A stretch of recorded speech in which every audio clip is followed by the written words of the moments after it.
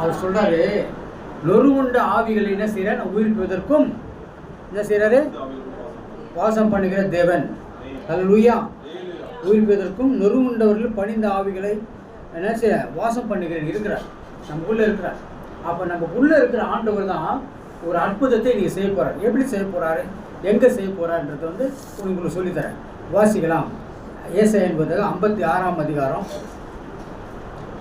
7வது வசனத்தை ஒரு வாசிக்கலாம். நான் என் பரிசுத்த பருவத்தில் கொண்டு வந்து, எங்குங்க நம்ம இப்போ எங்கே உட்காந்துருக்குறோம், ஜெப வீட்டில் உட்காந்துருக்கோம். ஜெப வீட்டில் கொண்டு வந்து நான் எல்லாம் கொண்டு வந்த ஜனங்களை மகிழ பண்ணுவேன். சர்வ தகனங்களும் அவருடைய பலிகளும் என் பலிபீடத்தின் மேல் அங்கீகரிக்கப்பட்டிருக்கும். என்னுடைய வீடு சகல ஜனங்களுக்கும் ஜெபம் பண்ணுற இடம், டான்ஸ் ஆடுற இடம், சினிமா பார்க்குற இடம் அப்படின்லாம் இல்லை.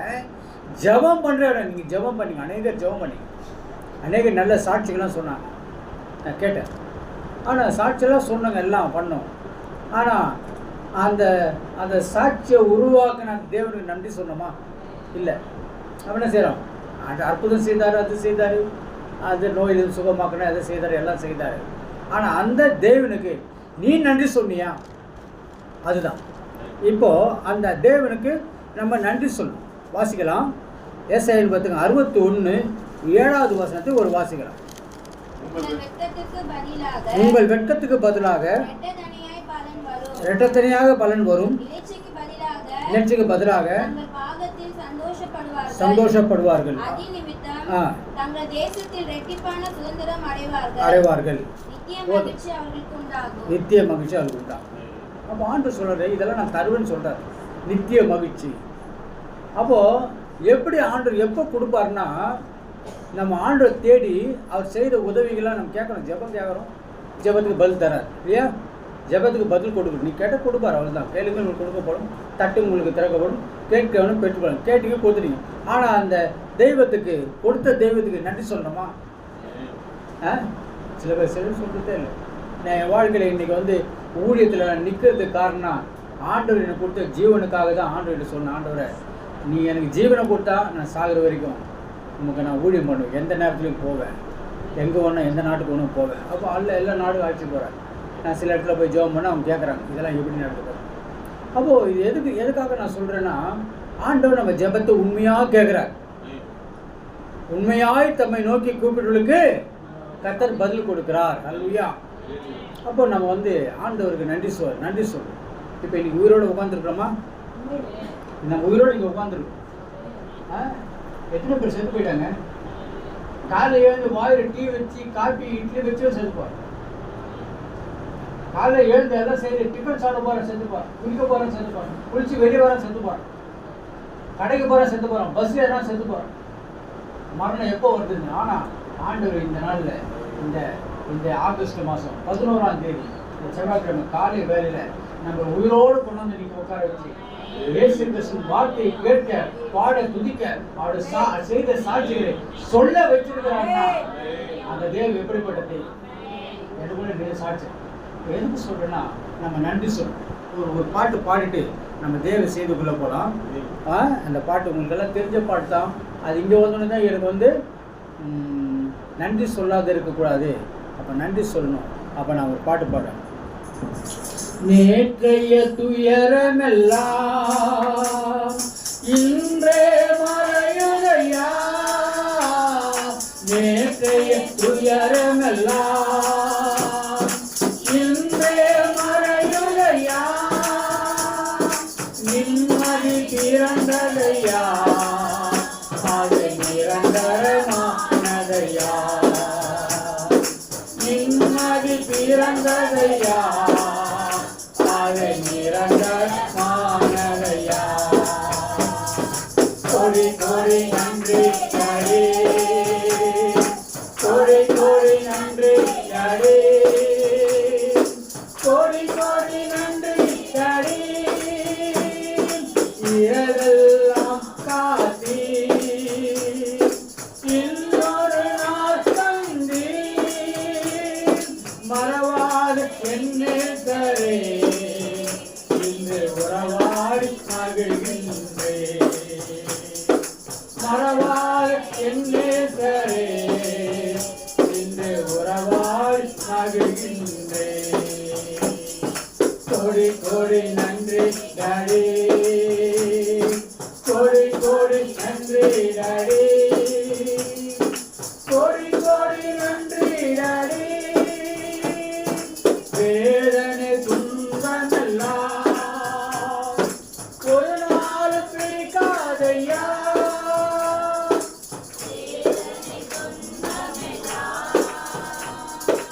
ஒரு நாள் பிடிக்காதையா.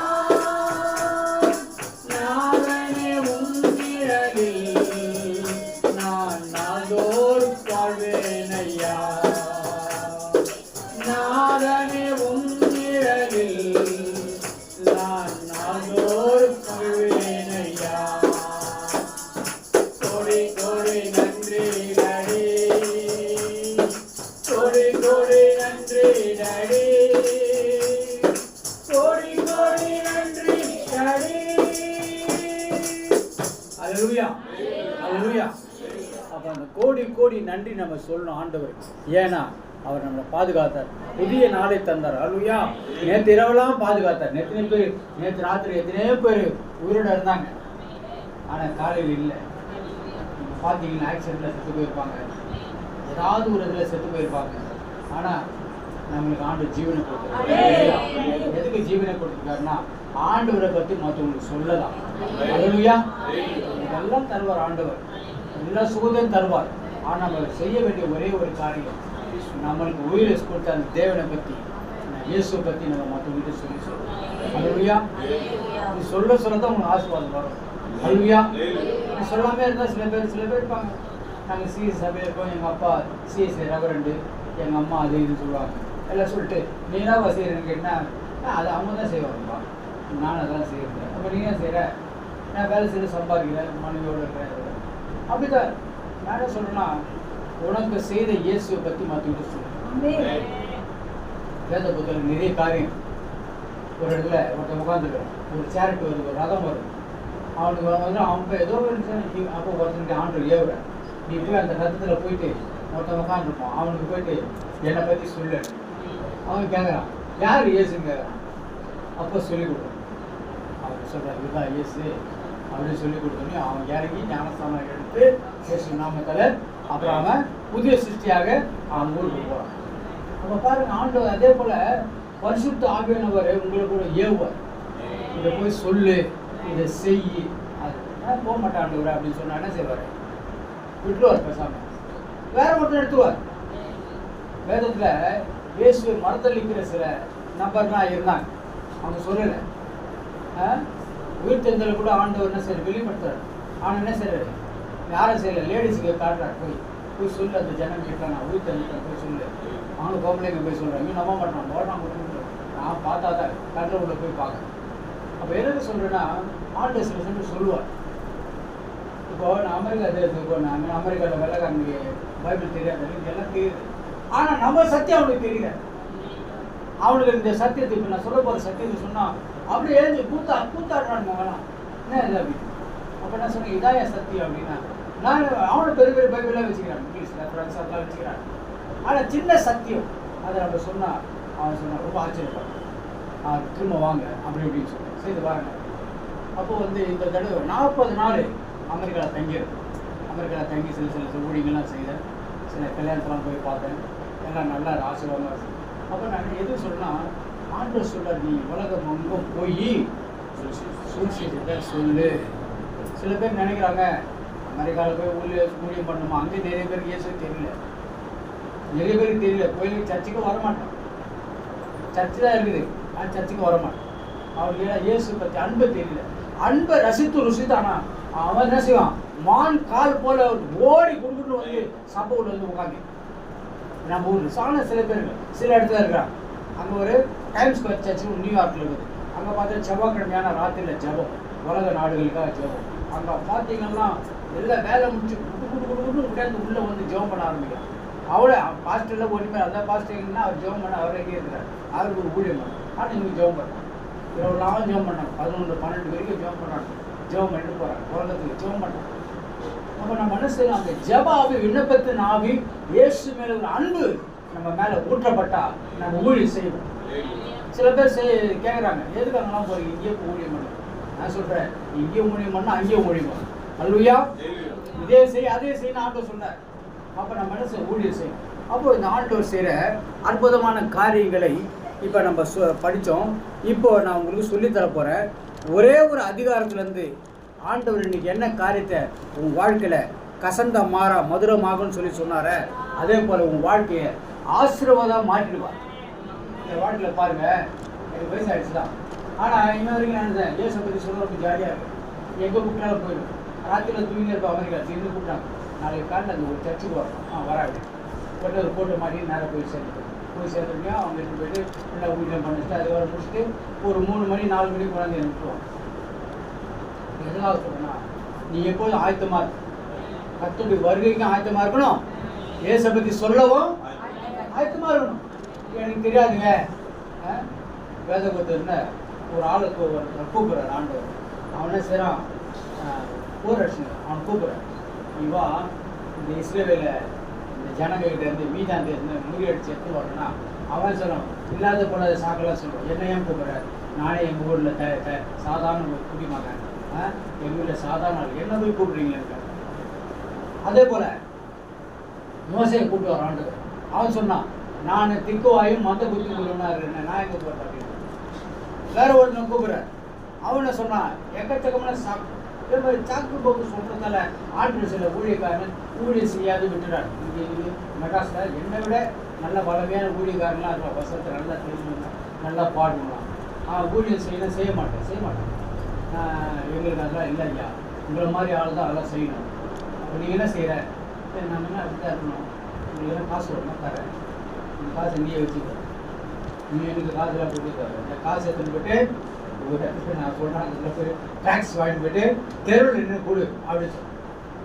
எங்கள் வீட்டாண்ட ஒரு நீங்கள் வந்து எல்லாம் பண்ணால் ஏசு கைவிடாத ஒரு ஊழியர் இருக்காங்க, இன்னும் பக்கத்து அங்கே வந்து ஃபஸ்ட்டு சாவாசன ஃபஸ்ட்டு அந்த பையன் நெல்சன் அவனை போய் கேளுங்க, உன்னை யார் ஊழியத்துக்கு வருங்க மிஸ்டர் பண்ணதான். அந்த பையன் என்ன செய்வான், சிஎஸ்சி, அவங்க அப்பா வந்து இன்ஸ்பெக்டர் சிஐடி ஆஃபர் பெரிய ஆள் அந்த காலத்தில், சிஐடி இன்ஸ்பெக்டர் நிறைய எல்லாம் கண்டுபிடிச்சார், டைரக்டரான் ஐஜி அப்படின்னு கூடலாம் இருந்து. அவங்க எல்லாம் சிஎஸ்சி, ஆனால் வந்து ஊழியமே செய்ய மாட்டாங்க. அப்புறம் அந்த பையனை கடைசியில் ஊழியத்தில் இருக்க இன்றைக்கி வந்து ஏசு கைவிடாருன்ற ஒரு 10 மேக்ஸின் இது மேக்ஸ்லாம் போட்டு எல்லாருக்கும் கொடுக்குறாங்க. பையன் சொல்கிறாங்க எல்லாத்துக்கு, ஒரு நாள் எடுத்து போய் நீங்கள் விட்டீங்க, அந்த இடத்துல வந்து என்னது சில பேர் திட்டாங்க, ஆனால் இன்றைக்கி வந்து ஆண்டவர் இடத்தை பயன்படுத்துகிறார், நீங்கள் ஜாப் பண்ணி விட்டீங்க. இப்போ நல்ல ஊழியம் எதுவும் சொல்லணும்னா, ஆண்டவர் வந்து ஊழியம் செய்ய உங்களை கூப்பிடுவார். அந்த கூப்பிடும்போது என்ன செய்கிறாரு, கூப்பிட்றாரு சாமுவேல்னா முதல் தெரியல அவனுக்கு, அமைதியாக இருந்தான், சின்ன பையனாச்சு, அப்படியே யாரோ கூப்பிடுறாங்க அப்படின்னு நினைக்கிறேன். கடைசியில் பார்த்தா அது தேவனுடைய சத்தம் நினச்சி, ஆண்டவரே நீ யார் கேட்குறாரு, அவர் பேசுகிறார். அதே போல் சவுலை கூப்பிட்றார், முள்ளில் உதைக்கிறது கூப்பிட்டு நீ அவனை செய்கிறான், போய் கீழ்ப்படிந்து ஆண்டவருடைய வேலையை செய்ய ஆரம்பித்தான். அதே போல் ஆண்டவருடைய வேலையை செய்கிறது கொஞ்சம் கடினமாக இருக்கும் ஆரம்பத்தில், ஆனால் அது கடைசியில் ஆண்டோட கிருபையினால நீ ஊழியம் செய்யறதால அந்த பலு வேதனைலாம் உங்களுக்கு தெரியவே தெரியாது. உண்மையில சொல்கிறேன் பாருங்க, ஆண்டோடைய வேலை செய்யணும்னு அடிப்பாங்க, எல்லாம் சில துன்மார்க்கமான காரியங்கள்லாம் நடக்கும். ஆனால் ஆண்டவர் அதன் மத்தியில் அவர் உன்னோடு இருந்து, ஏசு நான்ற உன்னை கைவிட மாட்டேன், உன்னை எடுத்து பயன்படுத்துவேன், உன்னை துன்பப்படுத்துவேன், நான் முறியடிப்பேன் சொல்கிற வசனம்லாம் நிறைவேறதை பார்க்கலாம். நான் கடைசியாக அமெரிக்காவிலேருந்து வரும்போது அங்கேருந்து ஒரு ஊர்லேருந்து பஸ் ஏறி வரணும், டிக்கெட்லாம் புக் பண்ணிட்டேன் 2 நாளைக்கு முன்னாடி. அந்த கரெக்டாக 9 மணிக்கு அந்த பஸ் ஸ்டாண்டுக்கு வந்து நீங்கள் வந்துட்டு முன்னாடி பார்த்தா அந்த பஸ் இல்லைன்னு சொல்லிட்டாங்க. அப்புறம் அது எப்போ வரும்னு தெரியாது, அவ்வளோதான், நீங்கள் பணத்தை வாங்கிக்கன்னு சொல்கிறான். அந்த ஊர்லேருந்து நான் நியூயார்க்லேருந்து ஏர்போர்ட்லேருந்து கரெக்டாக காலையில் 11 மணிக்கு அந்த ஃப்ளைட்டை பிடிக்கணும். பஸ் இல்லாத போச்சு. அப்போ மெட்ராஸ் என்ன பண்ணுறாங்க, நாங்கள் வேறு ஃப்ளைட் புக் பண்ணுறோம், டாக்ஸி பிடிச்சி நேரம் வந்துடுங்க, அப்படி பண்ணுங்க, பிடிக்கணும். ஏதோ பஸ்ஸு அந்த ஃப்ளைட்டை விட்டுட்டோம், நான் வாங்கின டிக்கெட்டை விட அதிகமான காசு கொடுத்து வாங்க, அது மாதிரிலாம் இருந்தது. ஆனால் எனக்குள்ள ஒரு நம்பிக்கை, ஆண்டவரை உன்னை நம்பி வந்துட்டேன். யாரோ ஒரு துக்கப்படுற பாருங்க, உன்னை நம்பி வந்திருக்கிறேன், ஏன் நான் வெட்கப்படக்கூடாது சாமி அப்படின்னு சொல்லிட்டேன். ஒரு பஸ் வந்து அவனு கேட்டான், வேறு ஒரு ஊருக்கு போதுன்றான். அப்படின்னு நடந்துனே இருக்கு. அப்போ நான் என்ன செய்கிறேன், ஆண்டவரை என்னை நீ வெட்கப்படுற மாதிரி தெரியும் சாமி, உன்னை நம்பி இருக்கிறது. கரெக்டாக ஒரு பஸ் வந்து நிற்கிது. நான் கேட்குறேன், எங்கே போகுது? நியூயார்க் போகுது அப்படின்னா. நான் சொன்ன டிக்கெட்டை காட்டினேன் அவங்ககிட்ட. ஆமாம், நீங்கள் வேறு டிக்கெட் வாங்கிட்டீங்க, அந்த பஸ்ஸு கேன்சல் ஆகிடுச்சு. You do one thing, you cancel the ticket and get the refund. You pay $60 to me, I will take you to New York and drop you அப்படின்னா. நான் உன்னை எடுத்து போய்ட்டு நியூயார்க்கில் பஸ்ஸில் போய் அவனே என்ன சார் 3 பெட்டி எடுத்து உள்ளே வச்சு அது பஸ் எடுத்துகிட்டு நியூயார்க்கில் எடுத்து வந்து 31st ஸ்ட்ரீட்டில் அங்கே வந்து இறக்கி விட்டுட்டு, இதை 31st ஸ்ட்ரீட்டில் இறக்கி விட்டுருக்கிறவங்கள இங்கேருந்து நீங்கள் டேக்ஸி வச்சு போங்க அப்படின்னு. அங்கேருந்து டேக்ஸி போகிறதுக்கு $100. நான் ஃப்ரெண்டுக்கிட்ட சொல்லியிருந்த மாதிரி நியூயார்க் நான் வருவேன் இந்த டைமில். கரெக்டாக அவர் வந்தார், கார் எடுத்துன்னு போயிட்டு நேராக நியூயார்க் இந்த JFK ஏர்போர்ட்டில் போய் ஏற்றி விட்டேன். எதுக்கு சொல்கிறேன்னா, உங்களுக்கு கர்த்தர் கைவிடவே மாட்டார். ஆனால் நீ உள்ளத்தில் உண்மை உள்ளவனாக இருக்கணும். நீ எதனா தவறான காரியங்கள்லாம் செய்துட்டு ஆண்டவர் ஏமாத்தலாம்னு நினச்சினா உன்னை அங்கே கை விட்டுருவார் ஆண்டவர். அப்போ தான் நீ நினைப்ப, நம்ம இந்த தப்பை நம்ம செய்துட்டுமே, ஆண்டவர் பார்த்தீங்கன்னா அந்த தப்பு நிமித்தம் என்ன செய்தாரு, இன்னைக்கு காணாதவர் போல இருக்கிறார், ஜெபத்தை கேட்க மாட்டார். அப்போ ஜெபத்தை கேட்கணும்னா நம்ம எப்படி இருக்கணும்னா, கர்த்தர் முன்பாக உண்மை உள்ள அவர் நம்மளை பார்க்குறாரு, நம்ம இருதயத்தை பார்க்குறாரு. அப்போ நான் சொல்லிட்டேன், ஏறிட்டேன் அந்த பஸ் ஏறி வந்து நான் மெட்ராஸ் ஃபோன் பண்ணேன். நைட்டு சந்திர கூட ஃபோன் பண்ணேன். சந்திர கேட்குறாரு, எங்கே இருக்கிறீங்க இந்த ராத்திரியில் அப்படின்னாரு. அந்த ராத்திரி அது இங்கே பகல். அப்போ நான் சொல்ல மாதிரி பஸ்ஸில் வந்துடும். அப்புறம் நான் அவங்ககிட்ட சொன்னேன், இது மாதிரி அந்த டிக்கெட் கேன்சல் ஆச்சு, அதை கேன்சல் பண்ணி டிக்கெட் காசு நல்ல வேலை ஏறிட்டிங்களா, பஸ்ஸு ஏறிட்டிங்களா, எங்கே போகுது இந்த நியூயார்க் வருது, வந்துடும் காலையில் 5:30 மணிக்கு. எதுக்காக சொல்கிறேன்னா, ஆண்டவர் நம்மளுக்கு உதவி செய்வார். எந்த விதத்துலையும் ஒரு சின்ன ஒரு கடுகாலம் கூட நம்மளை கைவிடவே மாட்டார். என்ன என் சாட்சி சொல்கிறேன் பாரு, கைவிட மாட்டார். நீ வயசானவன், நீ கருப்பாக்குற, குளமாக்குற, அப்படி இருக்க, இதெல்லாம் கிடையாது. நீ ஒரு மனிதன், நீ ஒரு ஆத்மா. உன் ஆத்மா மேல ஆண்டவரே பிரியமுள்ளவராக இருக்கார். உன்னை ஊழியக்காரன் எடுத்து பயன்படுத்தணும்னா நீ அவர் முன்பாக உண்மை உள்ளவனாக. உத்தமனுக்கு கர்த்தர் துணை. ஆதியாகமம் 17ஆம் அதிகாரம் 1 சொல்றாரு, நீ வந்து உத்தமனுக்கு கர்த்தர் துணை சொல்றாரு. உத்தமனாய் நட, உத்தமனாய். நீ எந்த காரியம் தவறான காரியம் செய்ய, தவறான காரியங்கள் செய்வதற்கு பிசாசுனா செய்வான். தவறான காரியங்கள் செய்வதற்கு பல விதமான வழிகளை அவன் உண்டாக்கும். ஆனால் நம்ம என்ன செய்யணும், அந்த தவறெல்லாம் செய்யக்கூடாது. ஆண்டு உணர்த்துவார், வலது பக்கம் போறியா இடது பக்கம் போறியா. சரி, இப்போது இந்த புத்தகத்தில் நம்ம எடுக்கிறோம், ஏசாயாவின் புத்தகம் 55ஆம் அதிகாரத்தில் 15:1 அதில் 13 வசனங்கள் இருக்குது. முதல் வசனத்தை படிக்கலாம். ஓ தாகமாக இருக்கிறவர்களே, நீங்கள் எல்லோரும் தண்ணீர் இடத்துக்கு வாருங்கள். பணம் இல்லாதவர்களே, நீங்கள் வந்து வாங்கி சாப்பிடுங்கள். நீங்கள் வந்து பணமின்றி விலையுமின்றி கொள்ளுங்கள். இப்போ சொல்றாரு பாருங்க, அவர் சொல்றாரு, நீங்கள் ஒன்றுமே இல்லை தான், ஆனால் எதுவுமே கொடுக்காதீங்க, இலவசமாக வந்து சாப்பிடுங்கன்றார். இந்த கிறிஸ்துவின் ஊழியம் என்ன, அது ரட்சிப்பின் ஊழியம் எப்படிப்பட்டதுங்க? இலவசம். யாராவது உங்களுக்கு காசு கொடுத்து இயேசு ஏற்றுக்கொண்டு சொல்லியிருக்கிறாங்களா? அப்படியே அது மாதிரிலாம் கிடையவே கிடையாது. இயேசு வந்து இலவசம், ரட்சிப்பு இலவசம். அவர் சொல்றாரு, நீங்கள் வந்து இலவசமாய் சாப்பிடுங்கள், பணமின்றி விலையுமின்றி திராட்சையும் பாலும் கொள்ளுங்கள். அப்போ அந்த ஆசீர்வாத உணவை யார் தருகிறார்னா கர்த்தர் தருகிறார். அடுத்த வசனம் பண்ணுங்க, நீங்கள் அப்பத்தினாவது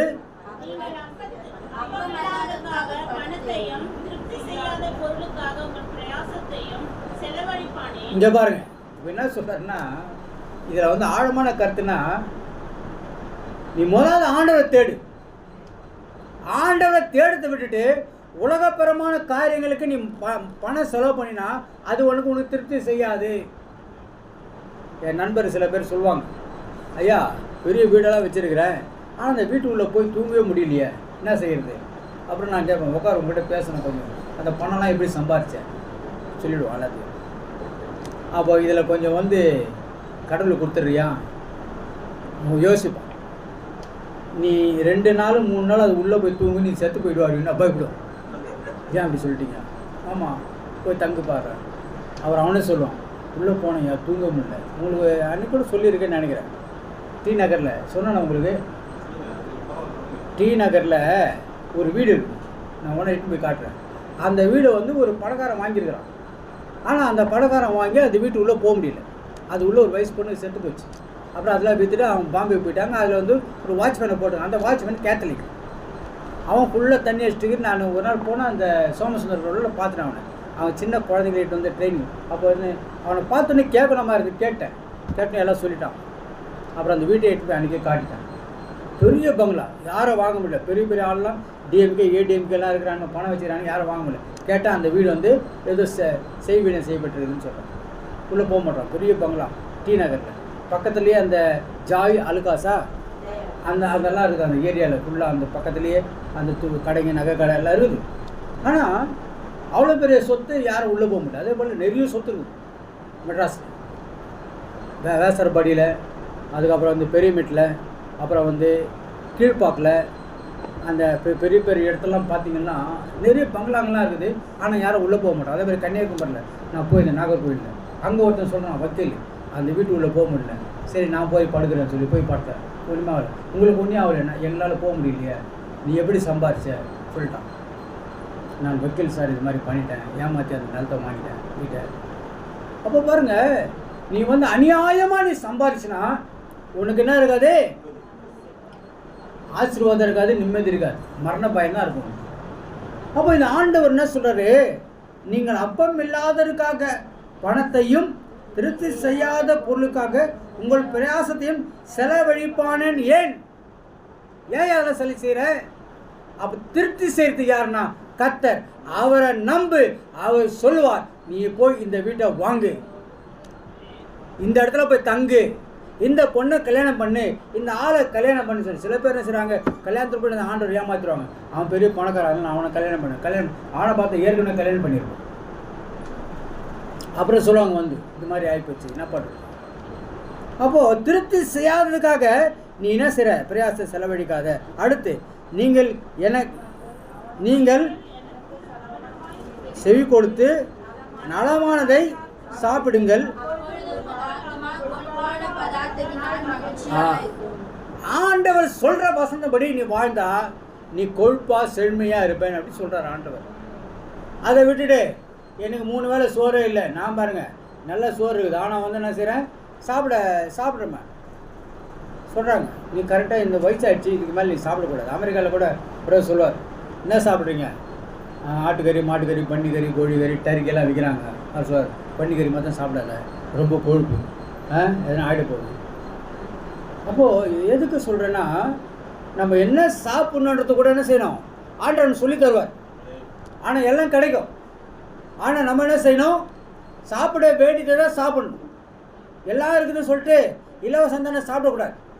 இங்கே பாருங்கள், நம்ம சாப்பிட வேண்டிய பொருள் என்னென்ன இருக்குதுன்னு தெரியணும், நம்மளே உடனே சாப்பிடணும்.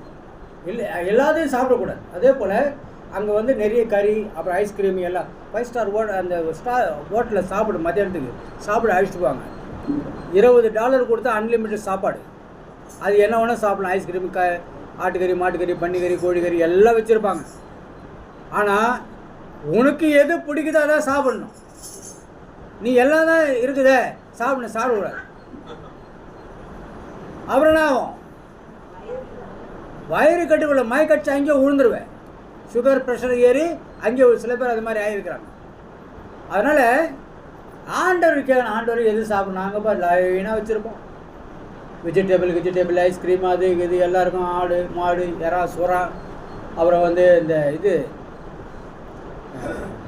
எறா இருக்குது, எறா அதெல்லாம் வச்சுருப்போம். அப்போ நம்ம எது கறி இருக்கும், கறியிலே நிறைய கறி, வித்தியாசமாக கறி. மாட்டுக்கறியை வந்து அதை பல விதத்தில் செய்து வச்சுருப்போம். கோழிக்கறி நிறைய விதத்தில் வச்சுருப்போம். அதெல்லாம் நம்ம பார்த்து சாப்பிடணும். அதை விட்டுட்டு எதோ ஒன்று சாப்பிட்டுட்டா அதுக்கப்புறம் போனார் அமெரிக்காவுக்கு திரும்பி வரல. எங்கே இப்படி வருவார்? எப்படிங்க வருவார்? ஆண்டவர் சொல்லித்தான் நண்பர் இங்கே சொல்கிறாரு, பிரயோஜனம் இல்லாத வந்து என்ன செய்கிற, உன் நேரத்தையும் செலவழிக்க, சாப்பாட்டு கூட உஷாராகணுன்றார். அப்போ என்ன சொல்கிறாரு, உங்கள் செவி சாத்து எண்ணத்தில் வாருங்கள், கேளுங்கள், அப்போது உங்கள் ஆத்மா பிழைக்கும்படி தாவீதுக்காரனை ஏற்படுத்துவேன். அப்போ நம்ம உயிரோடு இருக்கிறத கத்தோட கிருபை தான் இல்லையா? நீங்கள் சாப்பிட்றது கூட சரியான சாப்பாடு சாப்பிட்டா ஜீவனோடு இருப்பீங்க. தேவையில்லாத சாப்பிட்டோன்னா ஆகும், கொழுப்பு கட்டி மூளை வியாதி அதெல்லாம் வரும். என் ஃப்ரெண்டு நிறைய பேர் சொல்லுவாங்க, இது மாதிரி மூளை வியாதி வந்துடுச்சு எனக்கு. சரி, உனக்கு வரம் தான், நீ அடிக்கடி கோவப்படுற, நீ அடிக்கடி கோவப்பட்ட அது மாதிரி வரும். சரியா, டாக்டர்கிட்டலாம் போனால் ஒன்றுமே செய்யலை. நான் ஒரு மெடிசன் தரேன், வந்து சாப்பிட்றேன்னு. வா, இன்னும் ஒரு மெடிசன் வாங்கிவிடேன். 2 தடவை சாப்பிட்டோன்னே 3ஆவது தடவை அந்த மூலம் வரலையா, ரத்தம்லாம் வரல, நின்று போச்சு. அது என்ன மெடிசன்? அது ஸ்ட்ராங்கான மெடிசன். முடிக்கு தானே சாப்பிட்டேன். ஆமாம், முடிக்கு தான் சாப்பிட்டேன். ரைட். இன்னொன்று சாப்பிட்டு நின்றுடும் ஃபுல்லாக சாப்பிட்டேன். அதுக்கப்புறம் வந்து ஜிட்டாவது அதை சொல்லிவிடுங்க, அது நல்லா இருக்குது, நல்லா அருமையாக இருக்குது. டெய்லி சாப்பிடக்கூடாது, அது சாப்பிட்டா வேறு மாதிரி ஆகிடும். அப்போ எப்போ தான் சாப்பிடும், திரும்ப 3 வருஷம் சொல்ல, அந்த கோவப்படாது. அப்புறம் என்னதான் கொடுத்தீங்க நீங்கள் எனக்கு? அப்படியே குட்டி இட்லியில் வச்சு முழுங்க சொன்னாது, பண்ணி கறிட்டாங்க. நாங்கள் எங்கள் ஜாதியிலே சாப்பிட மாட்டோம். உங்கள் ஜாதியிலே வந்து வியாதி போடுறது காரணம் பண்ணி கறி தான். அதெல்லாம் சாப்பிடும். அப்போ என்ன செய்ய நம்ம ரங்கராஜ்.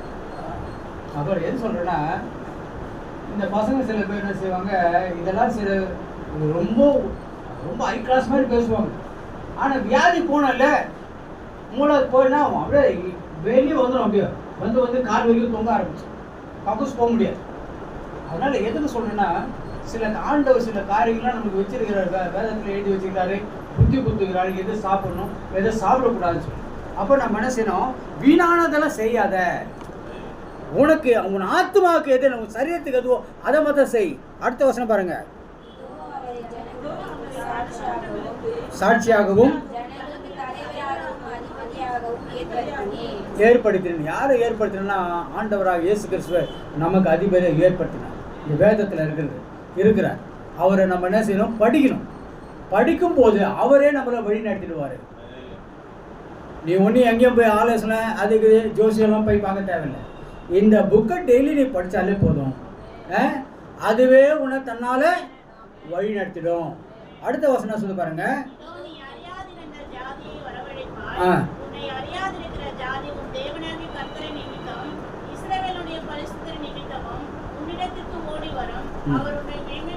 இது பாருங்க, இது எப்போ நீங்கள் ஆலயத்துக்கு வர்றீங்களோ, முதல்ல ஆலயத்துக்கு சின்ன பையனாக வருவேன். நீ அங்கெல்லாம் வசனம் கேட்பேன், இல்லை வேலை செய்வ, பெருக்குவேன், தண்ணியெல்லாம் வைப்பேன். இப்படி செய்து செய்து செய்து செய்து ஒரு நாளைக்கு ஆண்டவர் செய்வார். நேரம் வரும்போது உன்னை பாஸ்ட் ஆக்கி விட்டுருவார். பாஸ்ட் ஆகிட்டு என்ன செய்வாங்க, அநேக ஜனங்கள் உன்னிடத்தை ஓடி வரும். அவர் உன்னை மேன்மைப்படுத்தியிருக்கிறார். ஏன் மேன்மைப்படுத்தினா, நீ அவருக்கு உண்பாக ஸ்தலத்தில் வந்து ஜெப வீட்டில் உன்னை தாழ்த்தி அவரை உயர்த்தி தன்னமாக ஆண்டு உன்னை உயர்த்துவார் ஒரு நாள். அல்லேலூயா. அப்போ இதெல்லாம் எங்கே நடக்கணும், ஜெப வீட்டில் தான் நடக்கும். அல்லேலூயா. நீ போய் அங்கெங்கன்னா போயிட்டு சினிமா தேட்டரில் பெருக்குன்னா என்ன செய்வாங்க, அப்புறம் ஒரு நாள் சினிமா தேட்டருக்காரன் பெருக்கி உன்னை வெளியே தள்ளிடுவான், நீ செத்து போயிடுவான். சினிமா தேட்டரில் என்ன, சினிமா தேட்டரில் ஒருத்தன் வேலை சரி தண்ணி அடிச்சுட்டு பார்த்துட்டா கட்டி செத்து போயிட்டான். அங்கே தெரியல, மறுநாள் ஷோ நடக்குதான் பார்க்குறாங்க, செத்துட்டுக்கிறான். யாருன்னு பார்த்தா நம்ம ஆள் தான் உள்ள செத்துட்டுக்கிறார். அப்புறம் என்ன ஓவர் குடி, அப்புறம் தூக்கி வெளியே போட்டாங்க. அது மாதிரி உன்னை போடக்கூடாது. அப்போ ஆண்டவர் செய்வார், சபையில் வந்தால் உன்னை ஆசை வச்சு உன்னை உயர்த்துவார். அடுத்த வசனம் படிங்க.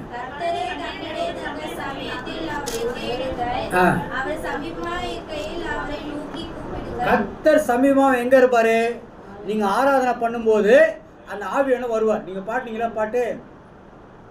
பாடினீங்களா, பாடும்போது ஆண்டு என்ன செய்வார், மத்தியில் வருவார். அந்த துதிகள் மத்தியில் வாசம் செய்கிற தேவன் அப்படியே வருவார், நல்ல இறங்கி வருவார், பனி போல் இறங்குவார் உன் மேலே. அப்போ அந்த நேரத்தில் அவரை பிடிச்சிக்க கட்டியா பிடிச்சிக்கினா, அந்த நேரத்தில் கேளு, ஆண்டவரே இதெல்லாம் எனக்கு கூட, ஆண்டவரே உன்னை விட மாட்டேன், கேளு, வாய் திறந்து. சும்மா துதி தோத்து போயிடாத. இங்கே கேளு. அந்த நேரத்தில், ஆண்டவரே நீ இறங்கி இருக்கிற உன்னதமான தேவன் என் மேலே இறங்கி இருக்கிற, எனக்கு தேவையான தார ஆண்டவரே, எனக்கு இது தேவை ஆண்டவரே, இதை கொடுத்தா தர விட மாட்டேன். சரி சொல்லி பாரு, கொடுப்பாரு ஆண்டவர். என் வாழ்க்கையில் அதெல்லாம் கேட்டேன். ஏன் அது மாதிரி சொல்கிறேன்னா, நான் அப்படி ஜாலியாக சுற்றின்னு இருந்தேன். ஒரு நாள் எங்கள் வீட்டில் ஒரு கொட்டாய் கட்டி ஜெபம் பண்ணியிருந்தேன், உங்களுக்கு சொல்லியிருப்பேன்னு நினைக்கிறேன். அந்த கொட்டாயை எங்கள் அம்மா எரிச்சு விட்டாங்க. கேத்தலிக் என்னோட பெந்த கோசுக்கார நிறைய லேடிஸ்லாம் கூப்பிட்டு வந்து குச்சி நிற்கிறான் இன்னும் அப்படின்னு சொல்லி போலீஸ்லாம் சொல்லி கிள்ளி போத்துறாங்க. அது எரிச்சு விட்டாங்க, அது எரிஞ்சிடுச்சு. நான் ஜெபம் பண்ணேன். அப்போ டெய்லி ஏர்ப்ளைன்லாம் போயிட்டு இருந்தேன், நான் உங்களுக்கு சொல்லியிருக்கேன்னு நினைக்கிறேன். அப்போ நான் வந்து ஜெபம் பண்ணேன், இந்த ஏர்ப்ளைனில் பத்திரமா போன ஆண்டவரே அப்படின்னு சொல்லி முட்டி போட்டு ஜெபம் பண்ணேன். அப்புறம் திடீர்னு எனக்கு ஒரு ஆசை சொல்லியிருப்பேன், ஆண்டவரே திருடன், கேடி, ரவுடி, விபச்சாரக்காரன், சாராய விற்கிறவன், கள்ளக்கடல்காரன் எல்லாம் ஏர்ப்ளைனில் போகிறான். உமக்காக உண்மையாக இருந்து ஒரு சர்ச்செல்லாம் கட்டி வச்சேன் ஆண்டவரே. இதை கொளுத்துட்டு இப்போ வந்து நான் வந்து பிச்சைக்கார மாதிரி இருக்கிறேன், என்னை யாரும் மதிக்க மாட்டாங்க. என்னை ஒரு நாள் இந்த ஏர்ப்ளைன் எட்டுன்னு போ ஆண்டவரே. நீ ஏர்ப்ளைன் எட்டுன்னு போயிட்டினா நீ உண்மையான தேவனை நம்புற. 1997 பேசினேன், 98 அமெரிக்கா போயிட்டேன். அதுயா 98 போனுவேன். இந்த வருஷம் 25வது வருஷத்தில் கூட அமெரிக்கா போயிட்டு வந்துட்டேன். ஆனால் இந்த டிக்கெட்லாம் வாங்கிட்டு ஆண்டு சொன்னார், யாருக்கும் சொல்லாத. அன்றைக்கி ஜெப கூட்டம் நடந்ததில்லை, அன்றைக்கி கூட சொல்லிடலாம், யாருன்னா சொல்லிடலாம், சொல்லிவிட்டு ஜெபம் பண்ணும்போது சொல்லணும். டேய் நீ ஜெபம் பண்ணிட்டா, நீ மற்றனும் போய் ஜெபம் பண்ண, ஜெபம் பண்ண மாட்டான், ஆத்திரம் தான் போடுவோம். புரியுதா? நடக்கிறது கூட நடக்காத போயிடும். அதனால் பேசாமல் உன் ஜெபத்தை கேட்டு உன்னை இட்டுன்னு போகிறேன். நான் என்கிட்ட சொல்கிறான்னா ஊரெல்லாம் போய் பப்ளிக்காக அமெரிக்கா போகிறேன் இதெல்லாம் சொல்லாத, மூடுற வாய். போயிட்டு நேராக போட்டு அங்கே இறங்கிட்டு அங்கேருந்து ஃபோன் பண்ண அமெரிக்கா வந்துருக்கிறேன் அப்படின்னு சொன்னேன். இதில் 2 பேர், ஒரு சகோதரனும் ஒரு சகோதரி எங்களோட சண்டை பட்டு பிரிச்சுட்டாங்க. நீலாம் மனுஷனா ஒருத்தங்க, நீலாம் மனுஷனா சொல்லாமல் போயிட்டேன். இவ்வளோ இருந்து சொல்லி குழப்பம்ல, நீ மனுஷனா, நீ ஊழியக்காரனா, நீ போய் அப்படின்னு. சரி போ கரெக்டாக சொன்னேன். அவங்க 2 பேரையும் கட் பண்ணிவிட்டு அவர் சொன்னார், ஏற்கனவே அந்த பொம்பளை உங்கள் மேலே மண் வாரி விட்டுது, கட்சியில் அது வந்து ஜெயிலில் போயிடுச்சு. இப்போ அதனால் அந்த மாதிரி கட்ட சுவாபங்கள் இருக்கணும்னா விட்டுடுங்க அப்படின்னு. நம்ம எதுவும் சொல்கிறேன்னா, சொல்ல வேண்டியதை சொல்ல வேண்டிய இடத்துல சொல்ல வேண்டியவர்கையில் சொல்லு. அதை விட்டுட்டு ஊரெல்லாம் போயிட்டு அமெரிக்கா பண்ணால் கட்சியில் போகிற ஃப்ளைட்டே நீ கவுந்துடும். நான் எப்போதும் ஜெபம் பண்ணுவேன், அட்லாண்டிக் கடலில் 8 மணி நேரம் போனோம் ஆண்டவரை. அட்லாண்டிக் கடலில் போனோம், அது திடீர்னு ஊந்துச்சுன்னா எனக்கு நீச்சல் தெரியாது, செத்துருவேன். ஆனால் தயவுசெய்து என் பாவத்தில் ஏதாவது தவறான பாவம்லாம் செய்திருந்தா கொஞ்சம் தெரியாமல் தெரிஞ்சு அதெல்லாம் மன்னிச்சுட்டு என்னை போய் ஒழுங்காகிட்டு போய் சேர்த்துட்டு திரும்ப ஒழுங்காகிட்டு வந்து விட்டுருவேன். அவ்வளோதான். நியூயார்க்கில் அமெரிக்காவில் கிளம்பணுமே நேரம் பாம்பேயில் வந்துச்சு. அவ்வளோ நேரம் உக்காந்துலே வரணும், கஷ்டம்தான். சாப்பாடெலாம் கொடுப்பாங்க தான், ஆனால் அந்த சாப்பாடை கூட வாயெல்லாம் ஒரு மாதிரி ஆகிடும். அதனால் இதெல்லாம் வந்து கர்த்தர் கிருபை தான். நிறைய பேர் அவ்வளோ நேரம் அமெரிக்கா போகிற ஃப்ளைட்லலாம் உட்கார முடியாது, இல்லாத மூலம்லாம் அப்போ தான் வரும், அவ்வளோ நேரம் உட்காந்தா. அப்போ எதுக்கு சொல்கிறேன்னா, ஆண்டவர் சொல்கிறாரு, கர்த்தரை கண்டடைய சமயத்தில் அவரை தேடுங்கள், சமீபமாக இருக்கையில் அவரை நோக்கி கூப்பிடுங்கள். அவரை தான் கூப்பிடணும். எல்லாருமே கூப்பிடு, எனக்காக ஜெபம் பண்ணு அப்படியே சொல்லாத. முன்னை ஆசீர்வதிக்க தேவன்கிட்ட நீ அவரை கண்டடை தமிழ தேடி அவர்கிட்ட சொல்லு. அடுத்து துன்மார்க்கர்கள்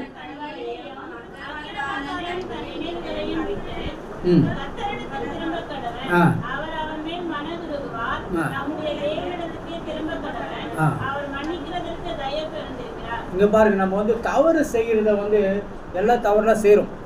தவறு செய்யாத ஆள் இல்லை, நான் கூட சில தவறு செய்கிறேன். ஆனால் நான் கத்தோலிக்க சபையில் இருக்கும்போது சின்ன குழந்தையிலேருந்து எங்கள் அப்பா சொல்லி தருவார். என்ன சொல்லி தருவார்? டை தூங்கத்துக்கு முன்னாடி அதுக்கு ஒரு ஜெபம் இருக்குது கத்தோலிக்க சபையில், அதை சொல்லிவிட்டு படுடான்னுவார்.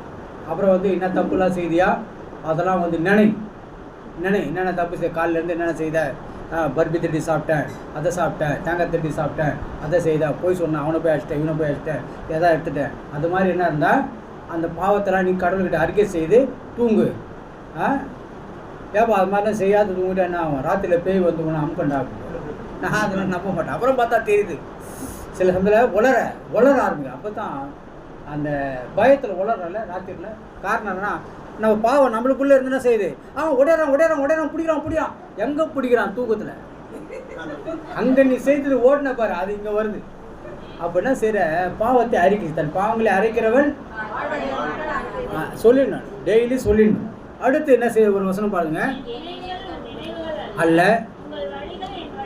ஆமாம், உன் வழி நீ வந்து இந்த ஆவடியில் இந்த சர்ச்சில் தான் இருக்கணும்னு நினைக்காத.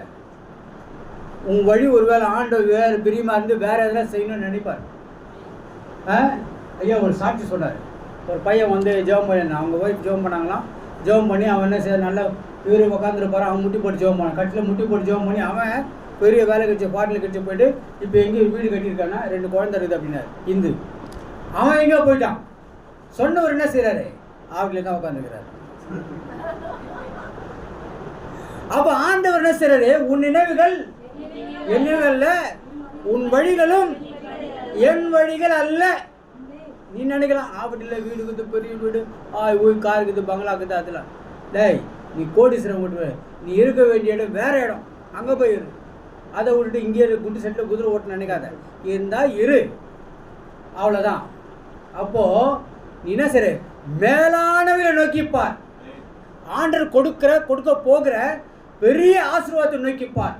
அதான் சொல்ல, உன் வழிகள் என் வழிகள் அல்ல, உன் நினைவுகளும் என் நினைவுகள் அல்ல அப்படின்னு சொல்ல.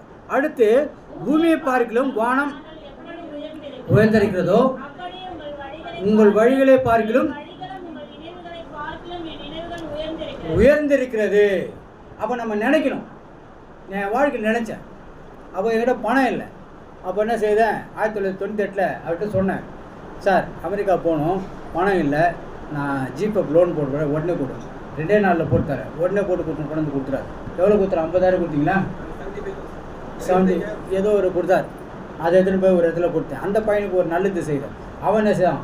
ஒரே 34,000 ரூபாய்க்கு அமெரிக்கா போயிட்டு வரதுக்கு அப் அண்ட் டவுன் டிக்கெட்டு 98 கொடுத்து 4 பஸ் டிக்கெட் வாங்கி கொடுத்தான். கிரேவன் எங்கே வேணால் போகலாம் அமெரிக்காவில். இப்போ அதெல்லாம் எடுத்துட்டாங்க. அந்த மாதிரி டிக்கெட்லாம் வாங்கி கொடுத்தான். அப்போது கொடுங்கள் உங்களுக்கு கொடுப்பேன். நீ ஒரு உதவி மற்றவங்க செய்தால் அந்த உதவியை ஆண்டவர் என்ன செய்வார்? வேற ஒரு இடத்துல உனக்கு ஆசீர்வாதம் செய்து தருவார். அதை நான் அனுபவிச்சிருக்கேன். அந்த பையனுக்கு செய்தேன் நான். அவன் என்ன செய்தான்? ஒரு காலம் வந்தோடனையும் அவன் ஒரு பெரிய ட்ராவல் ஏஜென்சியில் வேறு JMJ ஒரு ட்ராவல்ஸ் இருந்தான். அப்போ அவன் போய்ட்டு அவங்ககிட்ட சொன்னேன். அவன் சொன்னான், அங்கிள் நான் உங்களுக்கு செய்து தரேன், என்ன லைலா காலேஜில் பாஸ் பண்ணி விட்டீங்க நீங்கள் டிகிரி, இப்போ நல்லா இருக்கிறேன், நான் பாஸ் பண்ணேன், உங்களுக்கு டிக்கெட் வாங்கி தரேன்னு சொல்லிட்டு 40,000 ரூபாய் கொடுத்தா அவன் என்ன செய்யலாம்? வாங்கி கொடுத்தான் டிக்கெட். அப்போ என்ன செய்யணும்? நம்ம ஏதாவது நல்லது செய்யணும். எதுவுமே செய்யாத கஞ்ச பிஸ்னாரியாக இருந்துட்டு கடவுள்கிட்ட போய் ஆண்டவரே என்னை ஆண்டவரே ஆசீர்வதினா ஆசீர்வதிக்கிறேன் வா, என்ன நீ ஆசீர்வதிச்சியா? உன் கையின் பிரயாசங்களை கொண்டு என்னை ஆசீர்வதித்தாயா? ஏதாவது செய்தியா? ஒன்றையும் செய்யல ஆண்டவரை, எதுவுமே செய்ய கட்டி நானும் ஒன்று செய்ய மாட்டேன் ஆண்டவர். அப்போ ஆண்டவருக்கு ஏதாவது செய்யணும் இல்லையா? காணிக்க விட்டணும். சின்ன வயசில் எங்கள் அப்பா சொல்லி தருவார், ரைட் காணிக்க. நான் என்ன செய்வேன்? அவர் 10 பைசா கொடுத்து அதுலேருந்து போன மாதிரி போட்டு அங்கே போய் பர்பி சாப்பிடுவேன். சின்ன வயசில் கமரை கட்டு வாங்கி சாப்பிடுவேன். அப்போ எங்கள் அப்பா எல்லாம் பார்த்துன்னு பாரு, நம்மளாம் செய்யக்கூடாது, திட்டி ஒழுங்காக்கிட்டார். இப்போ தான் யோசிக்கிறேன், பரவாயில்லையா அந்த காலத்தில் நம்மளெல்லாம் செய்தாங்க. அவங்க வந்து மனம் திரும்ப ஞானம் சாணி அதெல்லாம் சொல்ல. ஆனால் என்ன செய்தாங்க? ஒழுக்கங்களை கற்றுக் கொடுத்தார்கள். இது மாதிரி செய்யணும், அது மாதிரி செய்யணும், கோயிலுக்கு டைம் கரெக்டாக போகணும், கோயிலில் போய் பூசை உதவி செய்யணும், பாட்டு பாடணும், எல்லாம் செய்ய அப்படின்னு. அப்போ அந்த காலத்தில் கடவுளுக்கு பயந்து செய்தோம். ஆட்சியாக இருந்தால் கூட கடவுளுக்கு பயந்து செய்தால கர்த்தனை செய்ய ஒரு காலம் வரும்போது ஆண்டவனை வேறு பிரித்தார். அதிலிருந்து வேறு பிரித்து ரட்சித்து இன்னைக்கு உலகம் வந்து ரட்சிப்பை பற்றி சொல்கிறார். இந்த ரட்சிப்புன்றது வேற, ரட்சிப்புன்றது கிறிஸ்துவன்றது வேற. கிறிஸ்துவ எல்லாரும் கிறிஸ்துவம் தான். ஆனால் ரட்சிக்கப்பட்ட கிறிஸ்துவ, அதில் ரட்சிக்கப்பட்ட மனம் திரும்பி ஆண்டவருக்கு வேறு பிரிக்கப்பட்டவனு ஒரு குரூப் இருக்குது. அல்லையா? சில பாஸ்டர் போட்டால் பாஸ்டர் மீட்டிங்னா கரெக்டாக பாஸ்டர் மீட்டிங் நடக்குதுன்னா 1:30 மணிக்கு தான் வருவான். அவனுக்கு தெரியும் 1:30 மணிக்கு முடிஞ்சோன்னு சாப்பாடு போடுவோம், கரெக்டாக சாப்பிட்டு போயிடுவோம். அவன் ஒரு பாஸ்டர். அப்புறம் எங்கே வந்து சஃபாரி கொடுக்குறாங்க, சட்டை கொடுக்குறாங்க, புடவை கொடுக்குறாங்க. எங்ககிட்ட ஒரு பொண்ணு இருக்குது, எங்கே புடவை கொடுக்குறாங்க நல்லா தெரியும். எங்கெங்கே வருஷம் முழுக்க கரெக்டாக போய்ட்டு புடவை கெடவை அதெல்லாம் வாங்கிடும். இதே வேலை. அவங்கெல்லாம் பரலம் போயிடுவாங்களா? பரலம் போயிடுவாங்களா? ஆண்டவர் ஒரு பெரிய வசனம் ஒன்று வச்சிருக்காங்க. ஆண்டவர் உன் ஆத்துமாவை பார்க்கிறார். நீ பணக்காரன் பெரிய வீட்டுக்காரன் அதெல்லாம் பார்க்க மாட்டார். உன் ஆத்துமாவில கர்த்தருக்கு எப்படி உண்மையா இருக்கு அதான் பார்ப்பார். அதன்படி தான் உன் ஆசீர்வாதம். இங்க பாருங்க,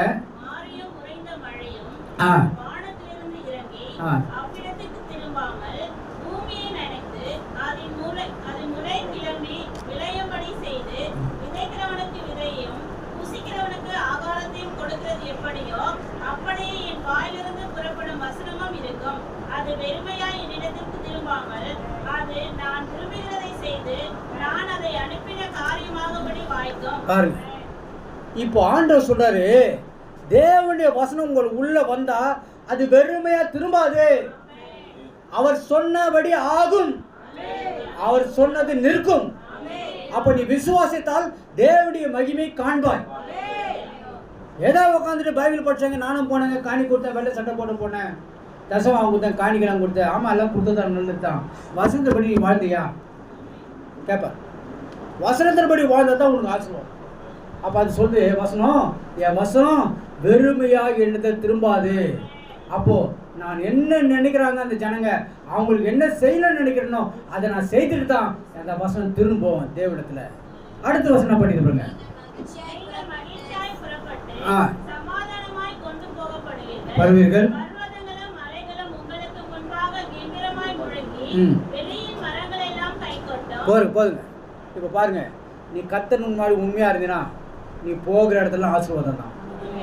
நீ எங்கெங்க போனாலும் அங்கங்க ஆசீர்வாதம் நடக்கும், அற்புதங்கள் நடக்கும்.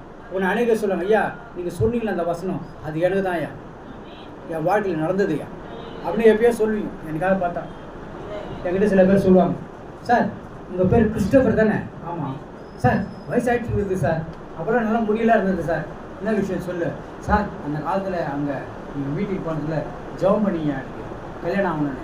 ஐயா கல்யாணம் ஆகிடுச்சா, நல்லா இருக்கிறேன் ஐயா. இப்போ நான் எங்கே இருக்கிறேன்? துபாயில் வேலை செய்கிறேன். எங்கே வேலை செய்கிறேன்? துபாயில் வேலை செய்கிறேன் சொல்கிறான். ஒரு ஆங்கிலன் பையன், அவன் சொல்ல ராய்பேட்டை கொலகாரப்பேட்டை, அங்கே அவனுக்கு ஜெபம் பண்ண, அவன் நல்லா இவன் கல்யாணம் பண்ணி அவருக்கு குழந்தை பண்ணி அந்த பையன் துபாயில் வேலை செய்கிறான், இவனும் துபாயில் வேலை செய்கிறான், அந்த பையனும் வேலை. அப்போ எதுக்கு சொல்கிறேன்னா, அந்த ஆண்டவர் வசனத்தை அவங்க கேட்டு உள்ளே வச்சு அதன்படி நடக்க அவங்க பழகு நிமித்தமாக கர்த்தருடைய வசனத்தை அவங்களை ஆசீர்வாதத்தில் நடத்துது. அல்லேலூயா. அவங்க அறியாத ஆசீர்வாதம், அவங்க நினைக்கவே இல்லை. அப்படிப்பட்ட ஆசீர்வாதத்தை வலது கைக்கு இடது கைக்கு வித்தியாசம் அறியாத ஜனங்களுக்கு அவர் செய்கிறார். அடுத்த வசனம் சொல்லி பாருங்க. முளைக்கும்.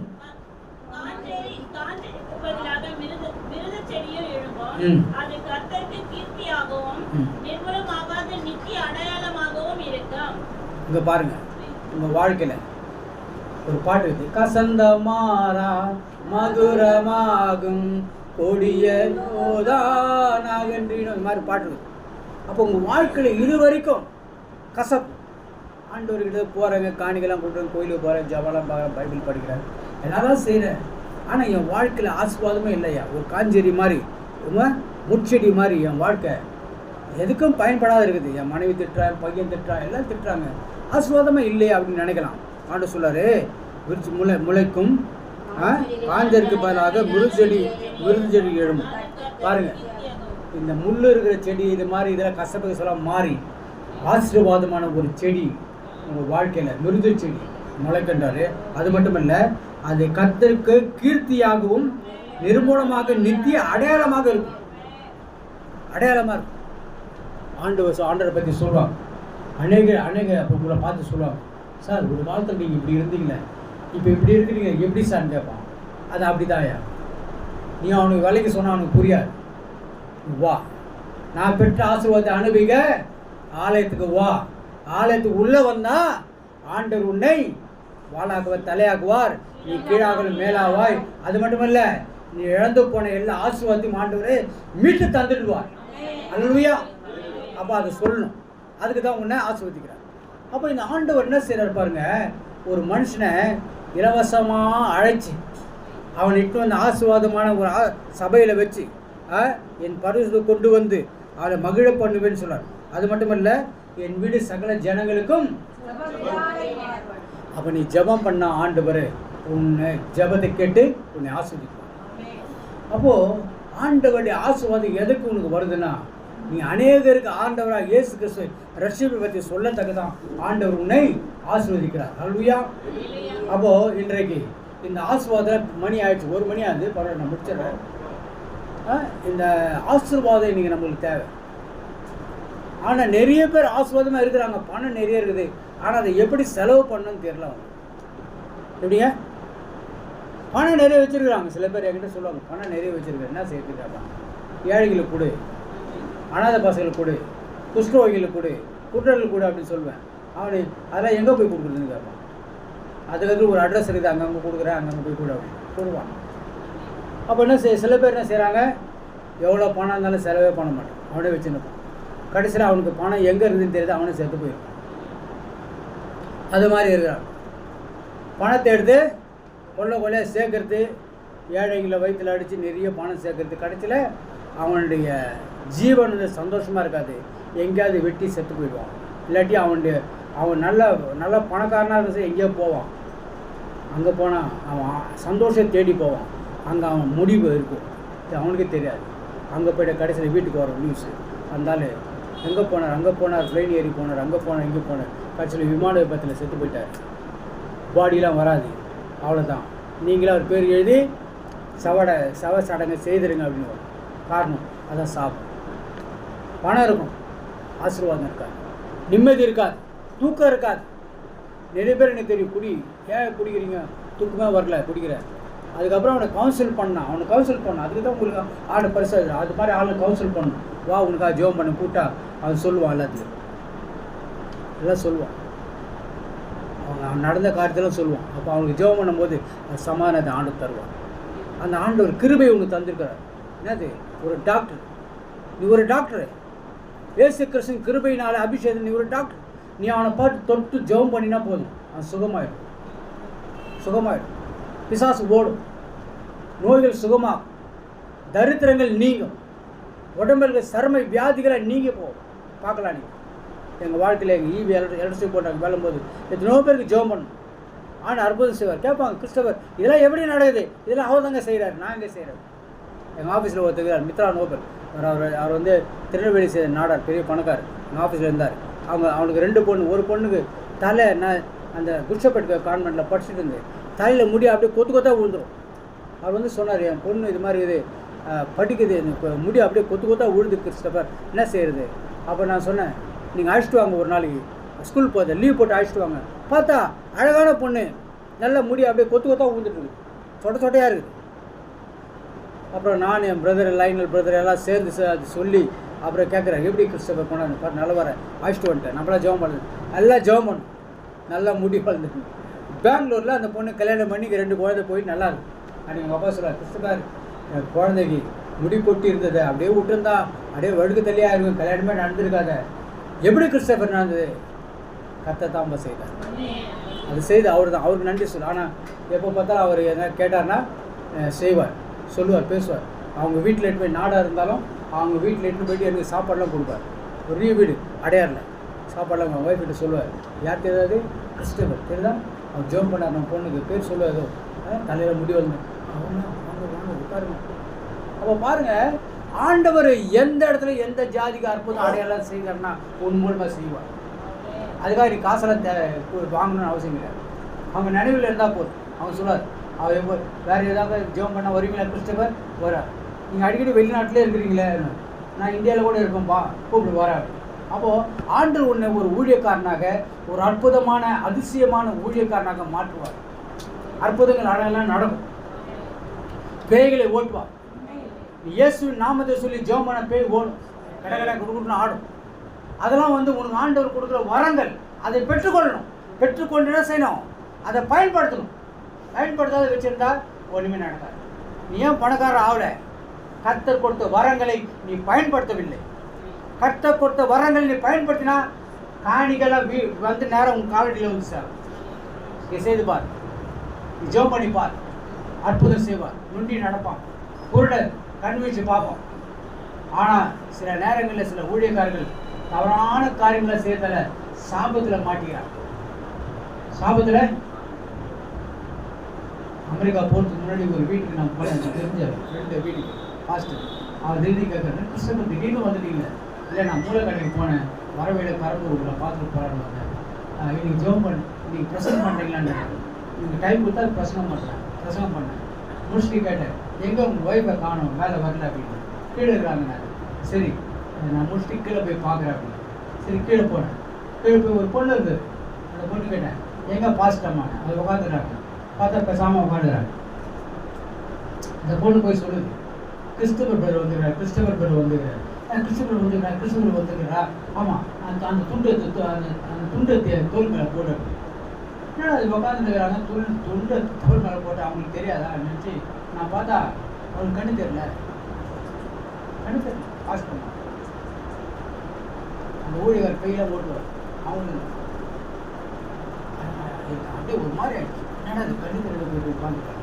அந்த சால்வை எடுத்து அந்த அம்மா மேலே போட்டோடனே அவங்களுக்கு உணர்வு தெரியுது. அவரோட சால்வை போட்டு எடுத்து போட்டீங்க எங்கே பிரதர் இங்கே தான் நிற்கிறாரு. அவருக்கு ஒரு மாதிரி ஆயிடுச்சு. இவ்வளோ பெரிய ஊழியக்கார், இவ்வளோ பெரிய சபை ஊழியக்கார் அம்மா கண்ணு தெரியாத போச்சு. ஆண்டவர் என்ன தப்பு செய்தாங்க. ஒரு ஜெபம் பண்ணிட்டு வந்தது. எதுக்கு சொன்னால் அது மறக்க முடியாது. சின்ன தப்பு செய்தா கூட ஆண்டவர் விட மாட்டார்.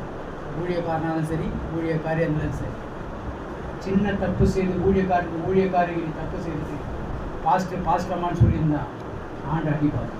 கண்ணதில் பார்த்து எதுக்கு சொல்லுன்னா ஆண்டர் நல்லவர். பாவம் மட்டும் செய்யாது. ஆண்டு எச்சரிப்பார், இது செய்யாத. அது அந்த நேரத்தில் ஆண்டவர்கிட்ட ஆண்டவரை இது செய்யணுமா செய்யக்கூடாது அதான் சொல்கிறார. 2 வச்சிருப்பார், அங்கே வச்சிருப்பார். ஒன்று நல்ல பசியாக இருக்குதுன்னு வச்சிங்களேன், நல்ல பசி சாப்பிடணும். உனக்கு நல்ல பதார்த்தங்கள் வச்சுக்கிறாங்க சாப்பிடுறது. அங்கே என்ன செய்கிறாங்க, நிறைய பணம் கோல்டு எல்லாம் வச்சிருக்கிறாங்க. அது எதை எடுப்பீங்க நீங்கள்? எதை எடுப்பீங்க? இங்கே சொல்லுது பாருங்கள் அந்த வசனம். நான் உங்களுக்கு சொல்ல, நீங்கள் அப்பத்திற்காக மாத்திரமல்ல பணத்தையும் திருப்தி செய்யாத பொருளுக்காக உங்கள் பிரயாசத்தையும் செலவழிப்பானேன். திருப்தி செய்யுமா சாப்பாடு. பசி நேரத்தில் நிறைய தங்கம் வெள்ளி பணம்லாம் வச்சிருந்தா அதை எதை சாப்பிடுவீங்களா? சாப்பிட முடியுமா? எது வேணும்? புத்தி கொடுக்குற ஆண்டவர். பசி இருந்து சாப்பிடலாம். முதல்ல மற்ற பைத்தியக்காரன் என்ன செய்யலாம், அதுக்கு இந்த சாப்பாடு அப்புறம் சாப்பிடலாம், முதல்ல இதே எடுத்துக்கிறேன் சொன்னாங்க. அங்கே பார்த்தேன் அதில் எடுத்து போகிற எடுத்துன்னு போடா சொல்லிட்டு இந்த சாப்பாடு நல்லா சாப்பிட்டு பின்னாடி போய் அவன் குத்தி கொலை பண்ணி அவன் பட்டதை. அப்போ நம்ம என்ன செய்யணும்? அறிவு உள்ளவர்களாக புத்தி உள்ளவராக முதல் சாப்பிடு, புறப்படு, அப்புறமா அந்த பணத்தை உனக்கு எடு. அதான் சொல்லு. திருப்தி செய்யாததுக்காக நீ ஆண்டவரை விட்டு விலகாத. ஆண்டவரை திருப்தி செய்கிற ஆண்டவரை பற்றிக்கொள். ஆண்டவர் உனக்கு பலன் கொடுப்பார். அல்லேலூயா. சரி, நல்லா இதை படித்தோம். நல்லா சில காரியங்கள்லாம் உங்களுக்கு விலைக்கு சொல்லியிருக்கிறேன். இந்த நாளில் உங்கள் மத்தியில் நிற்க கர்த்தர் கிருபை செய்து அதுக்காக நன்றி சொல்லிக்கிறேன். ஒரு சின்ன ஜெபம் பண்ணி முடிக்க போகிறேன். அதுக்கப்புறம் உங்கள் பாஸ்டர் அம்மா கிட்ட கொடுக்க போகிறேன். எல்லா கண்களையும் மூடலாம்.